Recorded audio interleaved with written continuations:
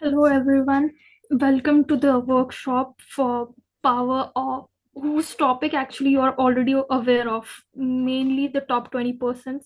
Hope you would have reflected on it during the asynchronous communication and you already are aware of what the thing is.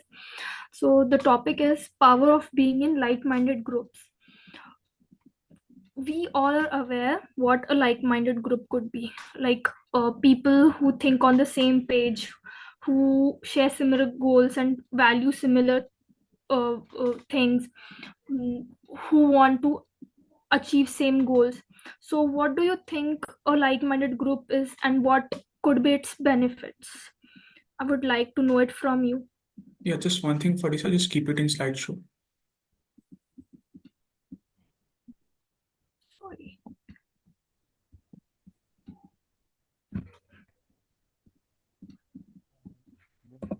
Team effort.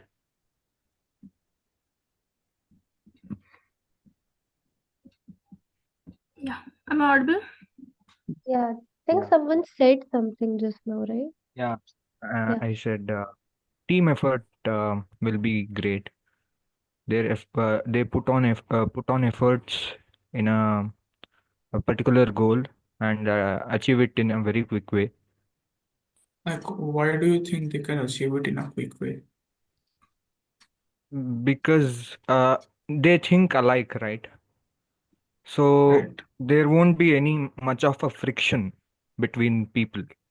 right, exactly. This is basically, uh, they are cohesive. There is cohesiveness between each other. Yeah, correct. Yeah. For a second. Yeah. Does anyone have anything other to share? When everybody in the team has the same goal and we are working towards achieving it, we solve each other's problem. We try to solve try to solve our problem. Then that's what a like-minded group is. Right. Just to add one thing to that, so it isn't always necessary that like-minded groups mean that people are going to solve each other's problems. It is more like sharing of responsibilities and tasks so that one person is not burdened with a load of tasks. So they might be facing multiple problems at the same time. Right. But what you said is also correct in some way. Helping each other in some way. Yeah. So I have an interesting activity for you. Suppose there's a task like playing a tug of war, and there are two teams, Team A and Team B. You have option to choose them. Team A is like they all share similar goals in order to win the tug of war. They are on the same page. They understand each other emotionally and want to win the tug of war. Whereas Team B is uh, they are likely to share the same goals, but uh, they are not on the same page. Their minds, or they are not like-minded ones. Uh, so, if you have an option to choose in between Team A and Team B, so whom you would like to choose? And Yeah. why? Give me the reason also. Team B, because they'll be confident, more confident, because they know each and every one of them are on the same page. They can strategize accordingly. So, yeah. Okay. Also Exactly. go So team like, B. yeah, so like while team A can actually discuss and come up with a particular strategy that they all agree with, team B might not be able to do that. There may be people who might choose to go with some different strategy that others might not agree with. So this creates chaos, right? Ultimately, everyone might not be on the same page, and ultimately this distorts the objective, achieving the objective itself. Yeah, go Yeah, ahead. I would choose team B you would choose Team because B. Why? as you said, they have the similar goal, same thinking, but they might not be on the same page. But what I think is, if I am in team A, where everyone is thinking in a similar way, there's not a variety or like broader perspective. There cannot be, like, if everyone is thinking in the same way, can we come with a new idea? If we have person who are not on the same page, I think there are more creative ideas, and if somebody is going in the wrong direction, other person can show them the right. But if everyone is collectively wrong, and if everyone thinks in a similar way, how are they supposed to, like, the force is, like in physics, as we say, the force is necessary to move forward, right? So I think team B, I'll choose team B for this Yeah, reason. Janvi, what you This is said very was, interesting. वैसे Shanvi, what she said is very interesting. Yeah. actually, like, okay, this is an opinion only, yeah, and correct one. So, thing is, what you said was about not having similar, like in like-minded groups, people might have the same thought process and same actions due to which there is no creativity, right? But the thing is, just because somebody is in like-minded group doesn't mean that there are people who do not share different philosophies and different thought processes. It is just that everybody is open to each other's opinions and thought processes, right? They introspect on their own decisions and they take in other responses also. And it is ultimately to achieve something, achieve some objective that the group was created for in the first place. So let us first clarify what Yeah. exactly do you mean by Team A in respect of being I was like-minded? going to ask the same. Yeah. Please Parisa, clarify. you explain, I guess you heard. Yeah. Team A is like they have the same goal of winning the tug of war, right? They are on the same page. They are emotionally attached. Means some if there are different positions on the tug of war. Someone is on the front, someone is on the back, right? And they understand each other's reflexes.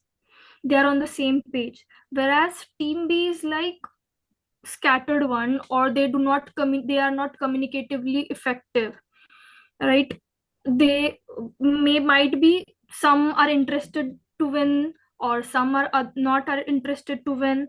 There might be other perspectives also. There might be others, some may agree with other strategies, some may agree with different strategies. So there might be difference of opinions. I have a Is it better more about example. being a collective, Yeah, having a Janvi, I collective will just thinking, or share an example with tug of war only. So in tug of war, the thing is, the person who stands first is the most strongest one. He pulls the hardest, right? The 50% of the force that the team itself pulls, the first person is the main holds the main responsibility. Now let's say team A has multiple people who can do that, right?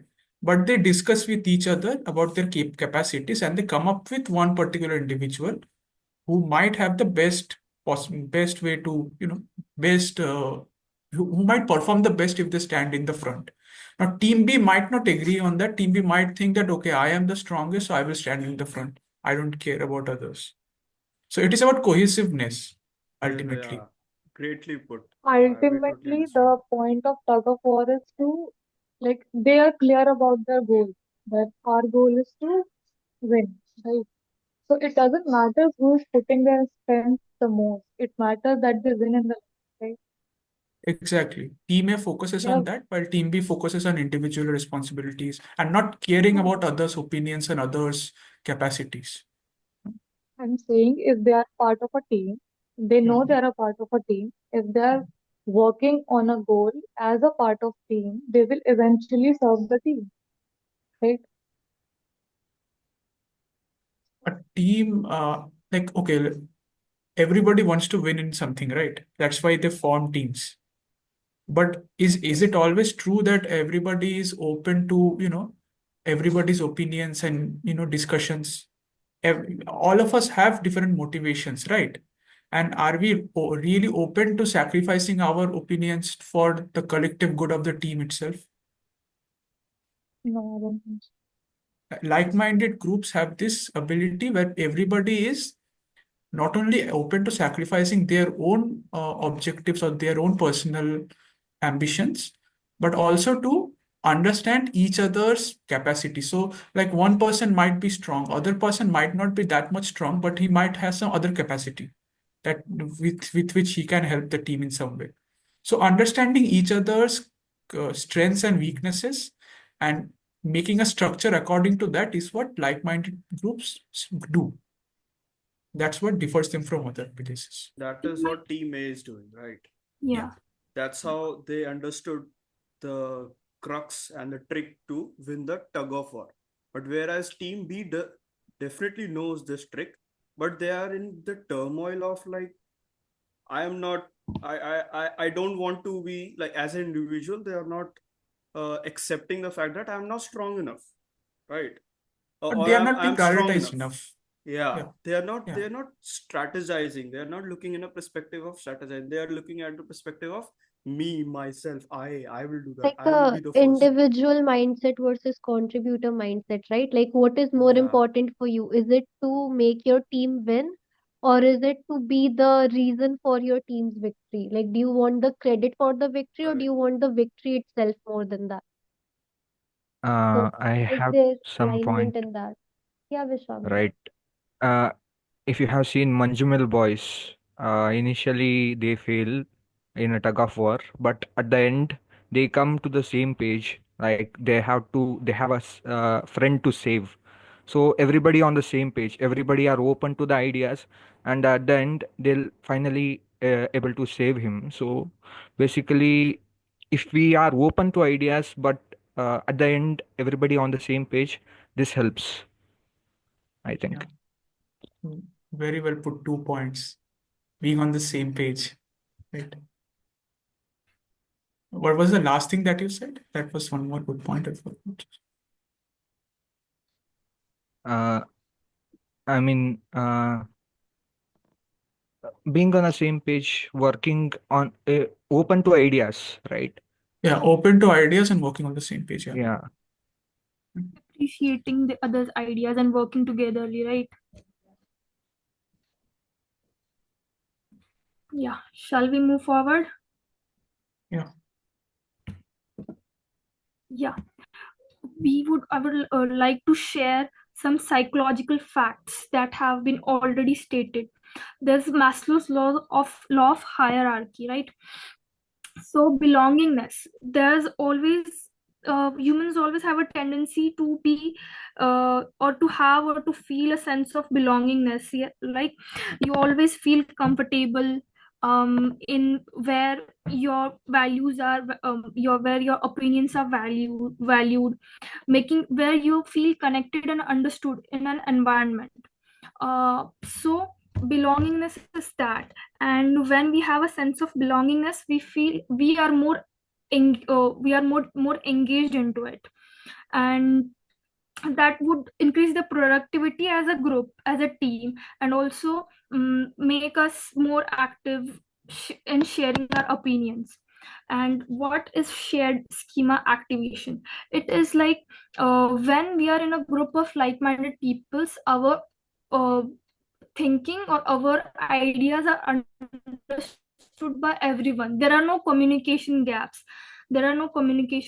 So to share some ideas, the others would understood it and not go into the tangential things. So the efficiency would increase of the team as a team, right? So what do you think? What is the importance of being in a group where your ideas are valued and they don't go into a tangential things? How it would help, and would you like to be a part of it?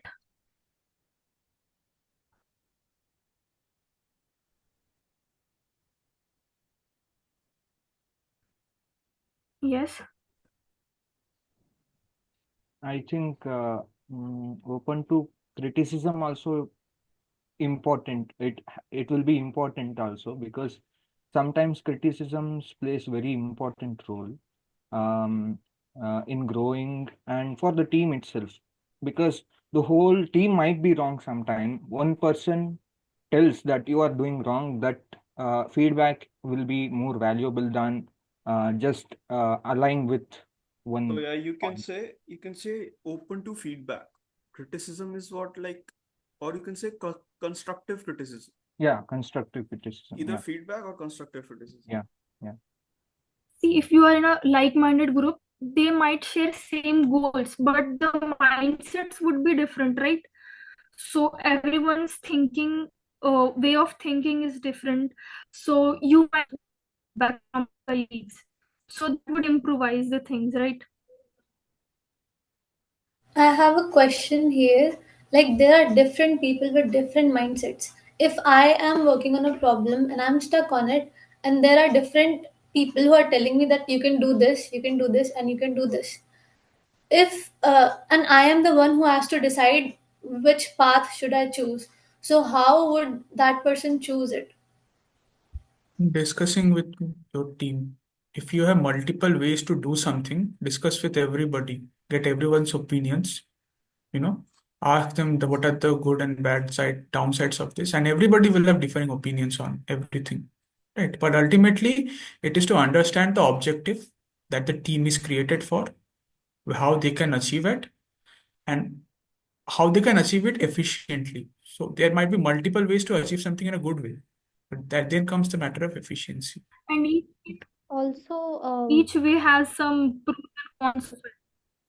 also not all suggestions come from experience, right? Some suggestions come from assumptions. Like I might not have any experience with your problem, but you came to me with a problem, so I'll give you some advice based on what I assume would work. So then you have to critically reflect on who is the person giving that suggestion. How much experience do they have with that problem in reality? Have they actually worked on something similar in the past? So then you can have like a, hierarchy of sorts of which suggestions you would prioritize more over the others, not because it has anything to do with the person themselves, but because of their experience with that problem and what is more doable for you in that situation.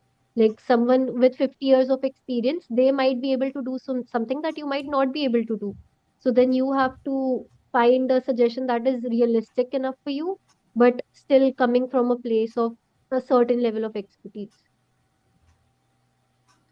And I think we can also look at it like this, that a person who's like very experienced, much more experienced, and a person who's like a newbie, and a person who has 1 year of experience, we can ask both of them, and then we can figure out how we can do it, like what Paridhi said. Yeah, you can always improvise, right? Get different suggestions and then Yes, figure out what you can work with. yes, exactly. Yeah, like it is very well put by Muskan and Paridhi. So it is basically discussing with your team members, discussing with your fellow team members about about how can you achieve it, and understanding on two aspects. One is the feasibility, whether the action or the strategy that we make is even feasible or not. Like for example, as Muskan, you said now that there might be people with 1 year experience, 3 year experience, 10 year experience, so different mindsets, different strategies. So understand the feasibility, discuss with your team about all the actions, discuss with them about your personal feasibility, whether you are capable, how much are you capable of doing something, and then come up with something that is not only not only helping in achieving the goal itself, but it's also easy for you, or not easy for you, but it is possible for you to do it. I think I would like to add, yes, Farisa. yes, continue. I was saying that we can also take this thing that what is the most important, like if that information is relevant to today's time or not.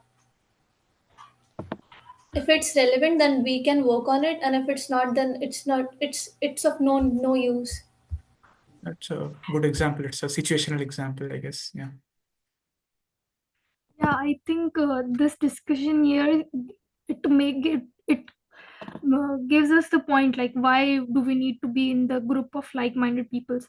When you're stuck in some problem, then doing discussions, right, helps us. We get different ideas, but when we are not on the same thinking or share same goals, then it might be difficult, right? You would end up in the wrong wrong decisions maybe. Here it where matters that we should be in the group where there are like-minded peoples.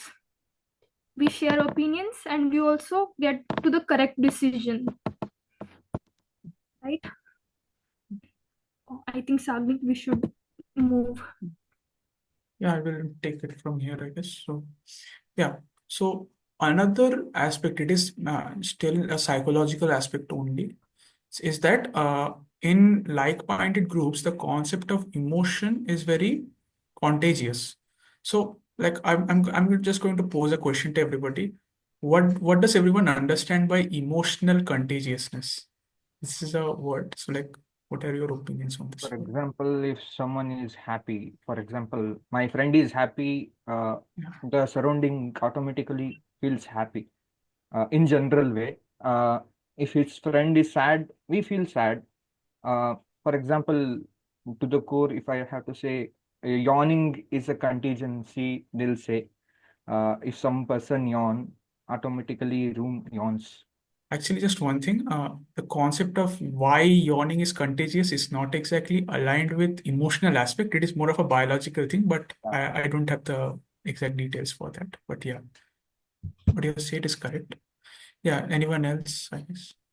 I think we can relate it with when we see TED talks. There are leaders who can who are really very good at engaging with people, and then everybody's talking with them.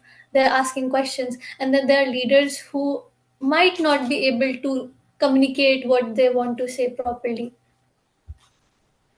So Right. So that's where base, emotions can be like contagious. yeah. So leaders essentially can, spread their or make their emotions known to others to such an extent that even they can relate with it. So now why does it happen exactly? Why is the concept of emotions contagious, right? So we as humans, we have an ability, we have this inherent instinct to mimic feelings and actions. So let's say like I guess Vishwabhara and Muskan, you both gave some good examples for this. So if let's say somebody in a group, right? Let's say somebody is laughing. You will see everybody, all of us have felt it, right? If somebody laughs, we also feel that, urge to laugh. Now, why does it happen? Right. So the thing is, we have this a neuron in our brain, a special kind of neuron called mirror neurons. So mirror neurons essentially allow us to mirror neurons only trigger when on the actions and words of others. They trigger depending on the actions of others, right? And what they do is they allow us to mimic thought processes and feelings. If somebody is happy, we feel happy. Why? Because we see them, the mirror neuron activates and it makes us feel happy. It makes that feeling, right? Now, in like-minded groups, the thing is, this particular uh, concept of instinctive mimicry is very much responsible for the increased cohesiveness. Everybody is familiar with each other. Everybody is happy with each other. Why? Because everybody can relate with each other. Why can we relate with each other? Because of this mirror neurons. When we say we relate with something, when let's say we scroll through social media, we find a meme, we say we relate with it. Why do we relate with it? Because of this, right? So that's the reason why there is increased cohesiveness in like-minded groups. This is a emotional aspect. Second is a physiological aspect. So there is something called physiological synchrony. Does anybody have any idea for what is it?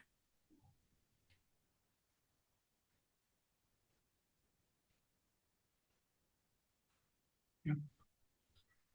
Is it when we start imitating the body language of people we are with? So let's say the person you're talking to, if they lean forward, you sort of lean forward, like copying them physiologically. It can also be more internal. Like if the person you're Yeah, with, if they are anxious, you also start feeling it on a physiological level. Like your heart rate may also go up, and sort of emotional, but also the physiological mirroring. yeah, like very well put by Pariti. So basically, it is about, it is not exactly copying things, but it is it is something that is inherent, as Pariti said, is internal, right? When people laugh, one person laughs, everybody laughs. Why they laugh, we discussed just now. But when they laugh, there are certain bodily nuances that can be observed, right? Increased heart rate, and other, like we all laugh, facial expressions change. So there are similar physiological nuances that can be observed in everyone, and this particular thing is also responsible for increasing the overall bond and cohesiveness in like-minded groups. Right. So yeah. Yeah. Muskan is said reactions are similar. What is it? You can go to the next slide. Yeah, I just wanted to add something like this is the main thing which is responsible for successful completion of tasks, right? If you all are thinking in a positive way that yes, we can achieve it, then all it become contagious, right? So all things positively about it. Hence, it is important. Ultimately, it is about like how everyone feels at ease with each other, how cohesive is each group member with their fellow teammates overall. This increases the overall efficiency. Yeah. Now, one more aspect that I wanted to discuss about is the concept of cognitive load. Does anybody have any idea of what cognitive load is?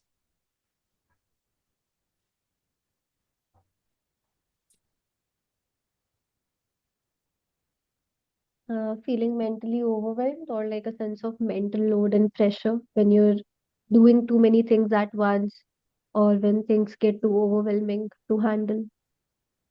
Yeah, that is actually a side effect of excessive cognitive load, but not what cognitive load is. So yeah, like Paride, as you said, it is related to that. So cognitive load is essentially it is a measure of how much at what capacity our working mind can process things, to what limit our working mind can process things, right? So if excessive things are being put in one particular individual, let's say multiple responsibilities are being managed by one particular individual, they have this a problem of excessive cognitive load.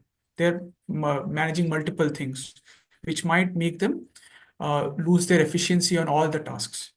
So like-minded groups allow us to get rid of that cognitive load across all the team members. So one aspect is, of course, delegation of tasks. So everyone is distributing tasks among each other. So there is collaboration among each other, and one thing that is very prevalent in cognitive groups, as we discussed previously, is understanding each other's strengths and weaknesses.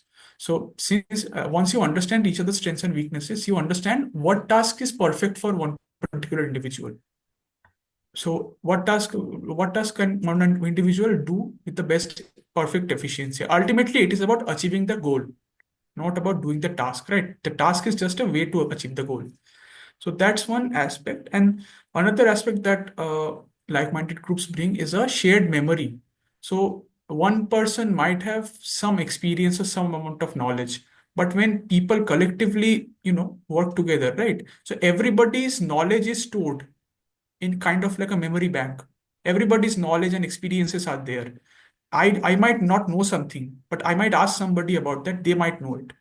So like-minded groups allow us to, get access to that huge amount of knowledge across that is being stored across everyone's knowledge and experiences. And the third is emotional load. So emotional load is essentially one person's empathizing with one person, or rather when one person feels down or one person has some emotional issues in achieving their goal, the other team members can help them with that particular problem. They might empathize with them. They might aid them in some way or another, that any emotional problems that they're facing. So that is one more point, emotional load, that like-minded groups essentially allow us to achieve. Any questions?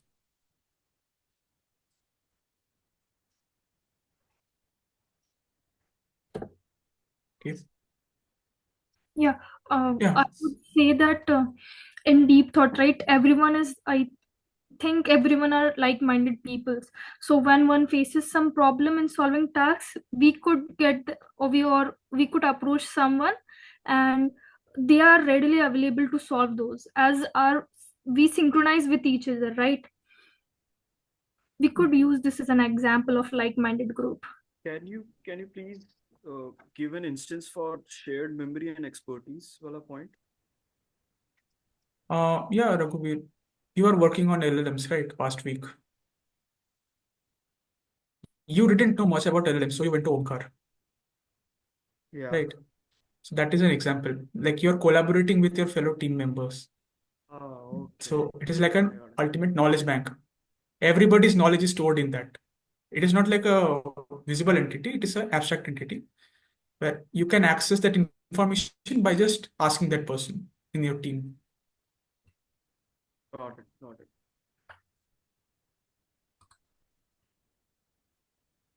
Yeah. Yes, so this is a bit of a tangential aspect. It's different from the topic that we are discussing. It is just to put out to everyone about how they can identify like-minded groups around themselves that they can join and collaborate with. So the first thing that you need to understand is why do you want to join like-minded groups? What is the reason? What are your personal ambitions for that? So you need to reflect on yourself. You need to understand your objectives and what are your overall ambitions with any group that you're trying to join. Once you understand that, you can see the current opportunities around you, what groups are available around you, and how they work, how their team members work with each other, what goals do they share. So once you need to understand that, and you need to see which particular group is best for you, right?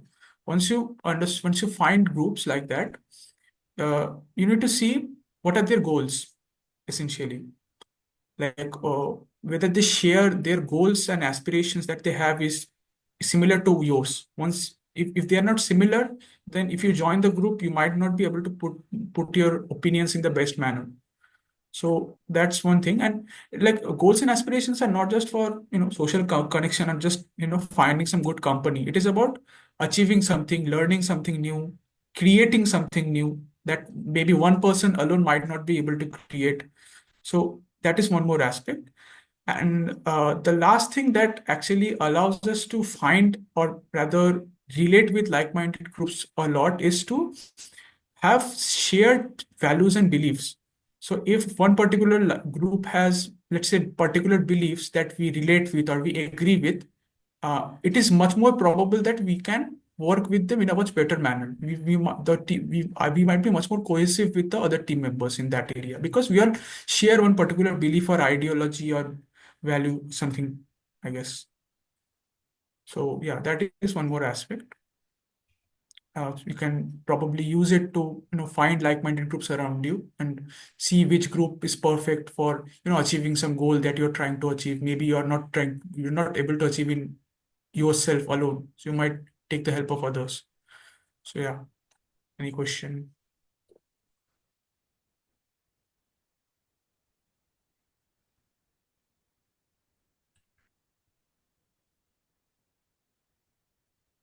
Can you I go think we back to the can.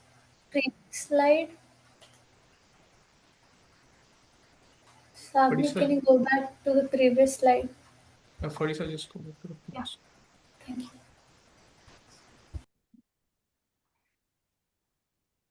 Yeah, Parideep was saying something. Yeah, I was just saying maybe you can start taking reflections.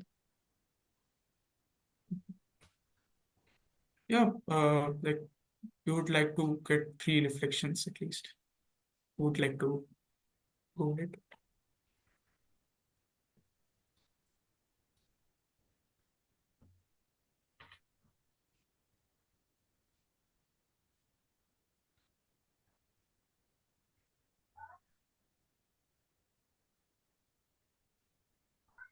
It does not have to be some strict reflection that you need to be correct with your wording and all. It can be just what you feel. You can just share your opinions. Yeah, Sandali, go ahead. Yeah, so the core thing that I actually for like that is posted about the workshop of like-minded people. I was actually very much against it because I thought like if there will be too much like-minded people, there will be kind of competition or kind of feedback. But now with the workshop, we kind of understood with the example of DT that it is based on shared values. If like people can be like-minded if they share the same values. That's what I think the main realization was. And yeah, everything else was kind of like I understood it. Yeah, very well put by Sandali. Yeah, anybody else? Whole idea, what I take back from this is if we are in a like-minded group, we'll be more confident on ourselves because we don't need to have to worry about our final result because we'll find it out, but we'll be confident in achieving it. Yeah, what you said is true actually. There's one thing to add is it is not that we are not concerned about the end result. We are concerned about the end result. Okay. But the thing is, like-minded groups allow us to make the entire working easier for us. It allows us to, when we are trying to achieve something, we can distribute tasks among ourselves. We can question or we can clarify our doubts or problems that we are having with other people. So that makes our entire process of achieving something or doing some task much more easier. Yeah. And there won't be any toxicity. Of course. Yeah. Yeah, Janvi, I think you raised your hand.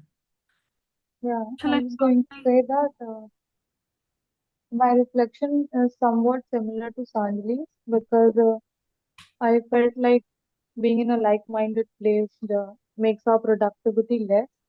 But after this session, I think I feel like we can have our opinions and ideas and creativity and yet share a similar value and work as a team.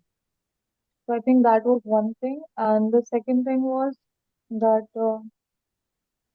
if we have a like-minded team or the right group, as you mentioned in the last one, it is more relatable. And like we feel we belong there, and there is a sense of like understanding that if I put out my idea here, I'm like it is more approachable. Like people can understand it more easily rather than being somewhere where there are people who are not thinking in the same way as I think. So yeah, Yeah. that was it. Shared values. Yeah, good. Yeah, someone raised their hand, Muskan, I think. Yes, I think the main problem for people who are not able to find like-minded groups is that they can't ask the questions. Like if I weren't in DT, I won't be able to ask questions that I have. Like we were told in this orientation that you go and ask as much as questions as you have, and that gave me like this safety, like this security, this these people are there to help me. They won't just shoo me away, or if they aren't able to help me at that particular time, they can discuss with me at like later. And we can also connect this same thing or relate this thing with that when I was in school, we were in there was not never there was never this individual creative freedom. And now, like open source community, if you have ever joined open source community, they're open to our like proposals. There's this DOC, they want our ideas, they want to work on our ideas, and that gives us the freedom to work on it. That's what I take from this session. Very good reflection. I guess your reflection is actually in alignment with what Vishwambara said in the ending toxicity aspect. Yes, Yeah. yes. Yeah. Yeah. I guess thank you everyone. The Google form link is shared. You can just fill it up for the attendance. Yeah.